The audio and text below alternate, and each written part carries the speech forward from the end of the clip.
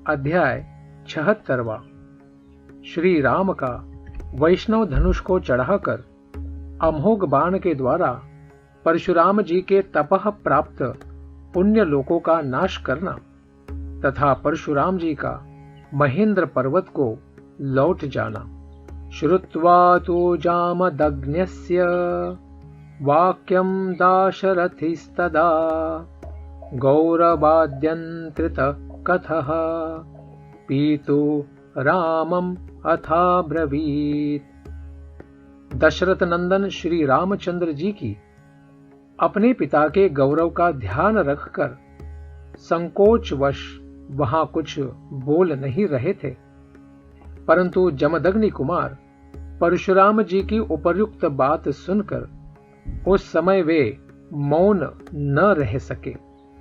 उन्होंने परशुराम जी से कहा, भृगुनंदन, ब्रह्मन आपके पिता के ऋण से उऋण होने की, पिता के मारने वालों का वध करके वैर का बदला चुकाने की भावना लेकर जो क्षत्रिय संहार रूपी कर्म किया है उसे मैंने सुना है, और हम लोग आपके उस कर्म का अनुमोदन भी करते हैं, क्योंकि वीर पुरुष वैर का प्रतिशोध लेते ही हैं।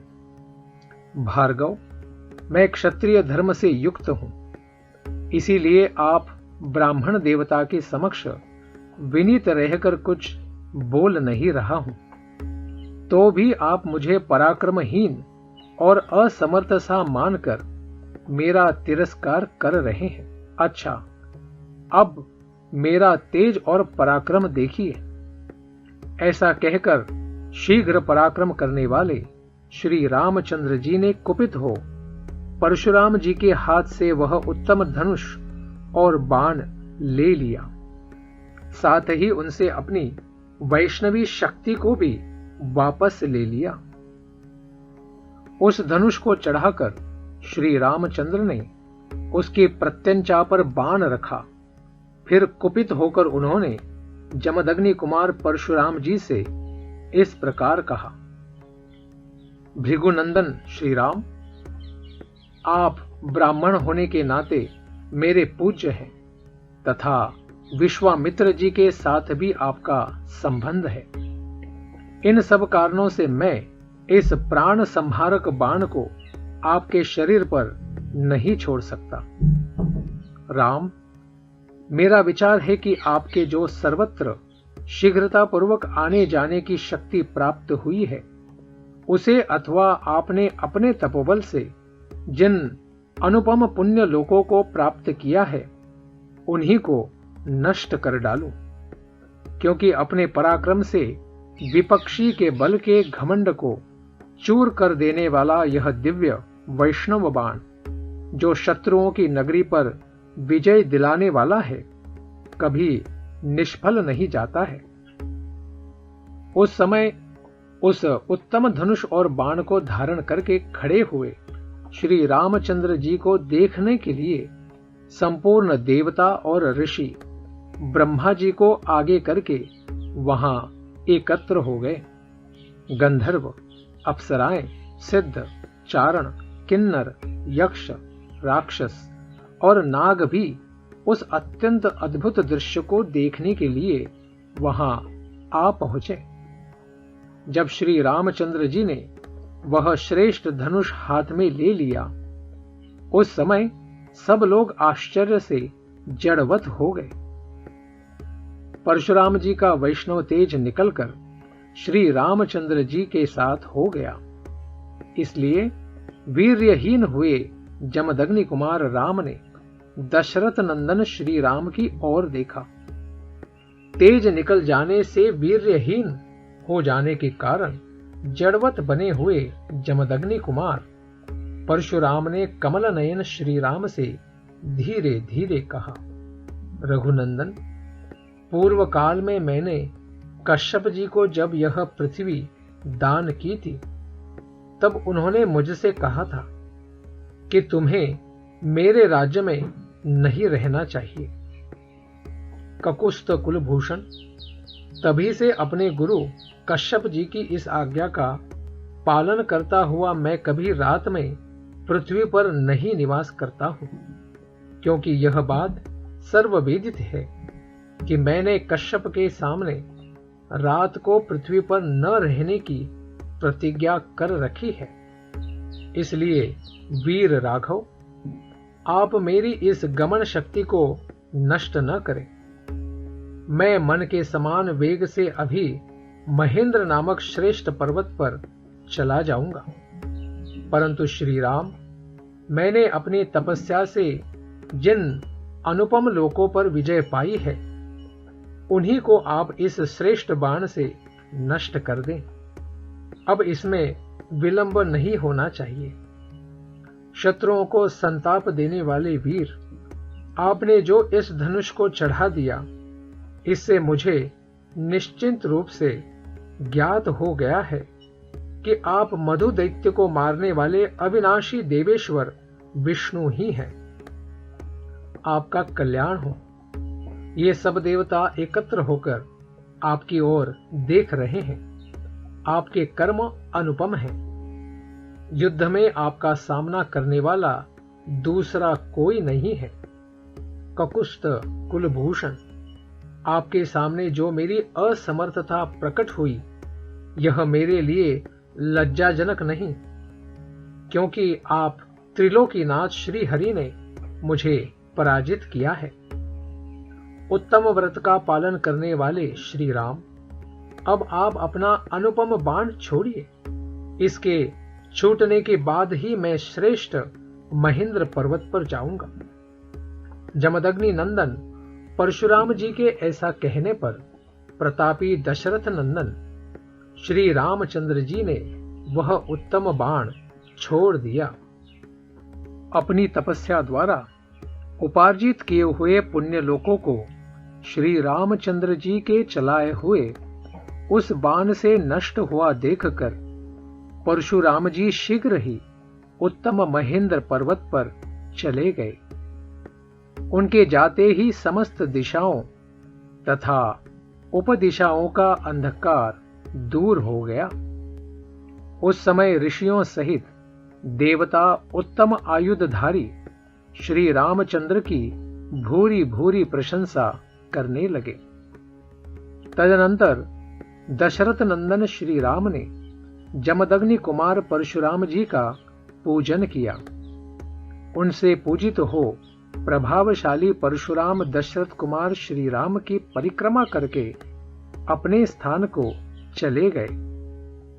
इस प्रकार श्री वाल्मीकि जी निर्मित आर्ष रामायण आदि काव्य के बाल कांड में 76वां सर्ग पूरा हुआ। सप्तसप्ततितमः सर्गः। अध्याय 77वां। राजा दशरथ का पुत्रों और वधुओं के साथ अयोध्या में प्रवेश। शत्रुघ्न सहित भरत का मामा के यहां जाना। श्री राम के बर्ताव से सबका संतोष तथा सीता और श्री राम का पारस्परिक प्रेम। गते रामे प्रशांतात्मा रामो दाशरथिर्धनुः वरुणाया प्रमेयाय ददौ हस्ते महायशः। जमदग्नि कुमार परशुराम जी के चले जाने पर महायशस्वी दशरथ नंदन श्री राम ने शांत चित्त होकर अपार शक्तिशाली वरुण के हाथ में वह धनुष दे दिया। तत्पश्चात वशिष्ठ आदि ऋषियों को प्रणाम करके रघुनंदन श्री राम ने अपने पिता को विकल देखकर उनसे कहा, पिताजी, जमदग्नि कुमार परशुराम जी चले गए हैं। अब आपके अधिनायकत्व में सुरक्षित यह चतुरंगिणी सेना अयोध्या के ओर प्रस्थान करे। श्री राम का यह वचन सुनकर राजा दशरथ ने अपने पुत्र रघुनाथ जी को दोनों भुजाओं से खींचकर छाती से लगा लिया और उनका मस्तक सूंघा। परशुराम जी चले गए। यह सुनकर राजा दशरथ को बड़ा हर्ष हुआ। वे आनंद मग्न हो गए उस समय उन्होंने अपना और अपने पुत्र का पुनर्जन्म हुआ ही माना। तदनंतर उन्होंने सेना को नगर की ओर कूच करने की आज्ञा दी और वहां से चलकर बड़ी शीघ्रता के साथ वे अयोध्यापुरी में जा पहुंचे। उस समय उस पुरी में सब ओर ध्वजा पताकाएं फहरा रही थी। सजावट से नगर की रमणीयता बढ़ गई थी और भांति भांति के वाद्यों की ध्वनि से सारी अयोध्या गूंज उठी थी। सड़कों पर जल का छिड़काव हुआ था, जिससे पुरी की सुरम्य शोभा बढ़ गई थी। यत्र तत्र ढेर के ढेर फूल बिखरे गए थे। पूर्ववासी मनुष्य हाथों में मांगलिक वस्तुएं लेकर राजा के प्रवेश मार्ग पर प्रसन्न मुख होकर खड़े थे। इन सब से भरी पूरी तथा भारी जन समुदाय से अलंकृत हुई अयोध्यापुरी में राजा ने प्रवेश किया। नागरिकों तथा पूर्ववासी ब्राह्मणों ने दूर तक आगे जाकर महाराज की अगवानी की थी। अपने कांतिमान पुत्रों के साथ महायशस्वी श्रीमान राजा दशरथ ने अपने प्रिय राजभवन में, जो हिमालय के समान सुंदर एवं गगनचुंबी था, प्रवेश किया। राजमहल में स्वजनों द्वारा मनोवांछित वस्तुओं से परम पूजित हो राजा दशरथ ने बड़े आनंद का अनुभव किया। महारानी कौसल्या, सुमित्रा, सुंदर कटी प्रदेश वाली कैकेयी तथा जो अन्य राजपत्नियां थी, वे सब बहुओं को उतारने के कार्य में जुट गई। तदनंतर राज परिवार की उन स्त्रियों ने परम सौभाग्यवती सीता, यशस्विनी उर्मिला तथा कुशध्वज की दोनों कन्याओं मांडवी और श्रुतकीर्ति को सवारी से उतारा और मंगल गीत गाती हुई सब वधुओं को घर में ले गई। वे प्रवेशकालिक होम कर्म से सुशोभित तथा रेशमी साड़ियों से अलंकृत थी। उन सब ने देव मंदिरों में ले जाकर उन बहुओं से देवताओं का पूजन करवाया। तदनंतर नववधु रूप में आई हुई उन सभी राजकुमारियों ने वंदनीय सास ससुर आदि के चरणों में प्रणाम किया और अपने अपने पति के साथ एकांत में रहकर वे सब की सब बड़े आनंद से समय व्यतीत करने लगे। श्री राम आदि पुरुष श्रेष्ठ चारों भाई अस्त्र विद्या में निपुण और विवाहित होकर धन और मित्रों के साथ रहते हुए पिता की सेवा करने लगे। कुछ काल के बाद रघुकुल नंदन राजा दशरथ ने अपने पुत्र कैकेयी कुमार भरत से कहा, बेटा, ये तुम्हारे मामा कैकेयी राजकुमार वीर युधाजित तुम्हें लेने के लिए आए हैं और कई दिनों से यहां ठहरे हुए हैं। दशरथ जी की यह बात सुनकर कैकेयी कुमार भरत ने उस समय शत्रुघ्न के साथ मामा के यहां जाने का विचार किया। वे नरश्रेष्ठ शूरवीर भरत अपने पिता राजा दशरथ, अनायास ही महान कर्म करने वाले श्री राम तथा सभी माताओं से पूछकर उनकी आज्ञा लेकर शत्रुघ्न सहित वहां से चल दिए। शत्रुघ्न सहित भरत को साथ लेकर वीर युधाजित ने बड़े हर्ष के साथ अपने नगर में प्रवेश किया। इससे उनके पिता को बड़ा संतोष हुआ। भरत के चले जाने पर महाबली श्री राम और लक्ष्मण उन दिनों अपने देवोपम पिता की सेवा पूजा में संलग्न रहने लगे। पिता की आज्ञा शिरोधार्य करके वे नगरवासियों के सब काम देखने तथा उनके समस्त प्रिय तथा हितकर कार्य करने लगे। वे अपने को बड़े संयम में रखते थे और समय समय पर माताओं के लिए उनके आवश्यक कार्य पूर्ण करके गुरुजनों के भारी से भारी कार्यों को भी सिद्ध करने का ध्यान रखते थे। उनके इस बर्ताव से राजा दशरथ, वेदवेत्ता ब्राह्मण तथा वैश्य वर्ग बड़े प्रसन्न रहते थे।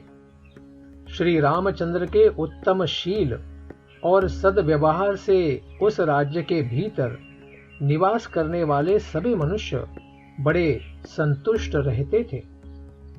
राजा के उन चारों पुत्रों में सत्य पराक्रमी श्री राम ही लोक में अत्यंत यशस्वी महान गुणवान हुए। ठीक उसी तरह जैसे समस्त भूतों में स्वयंभू ब्रह्मा ही अत्यंत यशस्वी और महान गुणवान है। श्री रामचंद्र जी सदा सीता के हृदय मंदिर में विराजमान रहते थे तथा मनस्वी श्री राम का मन भी सीता में ही लगा रहता था। श्री राम ने सीता के साथ अनेक ऋतुओं तक विहार किया। सीता श्री राम को बहुत ही प्रिय थी, क्योंकि वे अपने पिता राजा जनक द्वारा श्री राम के हाथ में पत्नी रूप से समर्पित की गई थी। सीता के पातिव्रत्य आदि गुण से तथा उनके सौंदर्य गुण से भी श्री राम का उनके प्रति अधिकाधिक प्रेम बढ़ता रहता था। इसी प्रकार सीता के हृदय में भी उनके पति श्री राम अपने गुण और सौंदर्य के कारण द्विगुण प्रीति पात्र बनकर ही रहते थे। जनक नंदिनी मिथिलेश कुमारी सीता श्री राम के हार्दिक अभिप्राय को भी अपने हृदय से ही और अधिक रूप से जान लेती थी तथा स्पष्ट रूप से बता भी देती थी। वे रूप में देवांगनाओं के समान थी और मूर्तिमती लक्ष्मी सी प्रतीत होती थी। श्रेष्ठ राजकुमारी सीता श्री राम की ही कामना रखती थी और श्री राम भी एकमात्र उन्हीं को चाहते थे। जैसे लक्ष्मी के साथ देवेश्वर भगवान विष्णु की शोभा होती है, उसी प्रकार उन सीता देवी के साथ राजर्षि दशरथ कुमार श्री राम परम प्रसन्न रहकर बड़ी शोभा पाने लगे। जैसे राजकुमारी सीता श्री राम की ही कामना रखती थी, श्रेष्ठ राजकुमारी सीता श्री राम की ही कामना रखती थी और श्री राम भी एकमात्र उन्हीं को चाहते थे। जैसे लक्ष्मी के साथ देवेश्वर भगवान विष्णु की शोभा होती है, उसी प्रकार उन सीता देवी के साथ राजर्षि दशरथ कुमार श्री राम परम प्रसन्न रहकर बड़ी शोभा पाने लगे। इस प्रकार श्री वाल्मीकि जी निर्मित आर्ष रामायण आदि काव्य के बाल कांड में 77वां सर्ग पूरा हुआ। बालकांडम संपूर्णम। श्री रामायण से बालकांड पूर्ण हुआ। हरे कृष्णा कृष्ण कृष्णा हरे हरे, हरे राम राम राम हरे हरे।